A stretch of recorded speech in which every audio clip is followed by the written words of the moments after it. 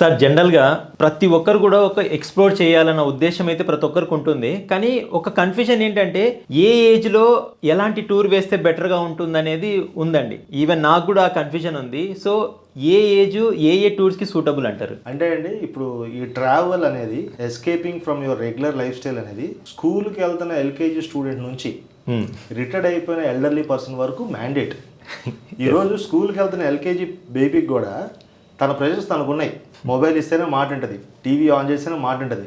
And వాళ్ళు అడుగుతున్నారు పేరెంట్స్ని, మనం బయటికి వెళ్దాం, బీచ్కి వెళ్దాం, మనం మూవీకి వెళ్దాం, షాపింగ్కి వెళ్దాం అడుగుతున్నారు. పెద్దవాళ్ళు కూడా రిటైర్డ్ అయిపోయి ఇంట్లో ఉన్న వాళ్ళు అడుగుతున్నారు. ఇక మన ఏజ్ గ్రూప్ వాళ్ళ గురించి చెప్పనవసరం లేదు. ఎప్పుడు టైం వస్తే అప్పుడు హాలిడేకి వెళ్ళిపోదాం అనే మైండ్ సెట్లో మనం ఉన్నాం.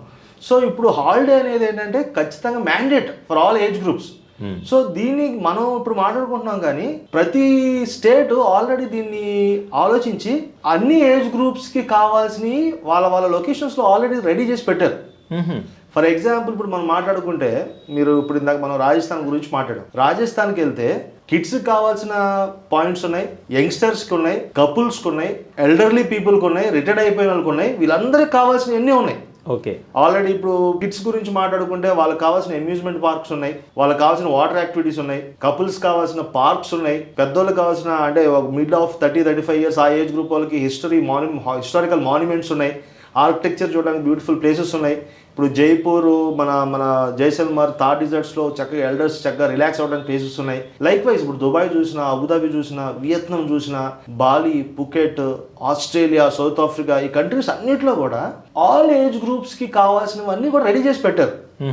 ఇది ఓన్లీ ఈ ఏజ్ గ్రూప్కి మాత్రమే అన్న కంట్రీ ఏది లేదండి. ఎందుకంటే they understood that holiday is an mandate for all age groups.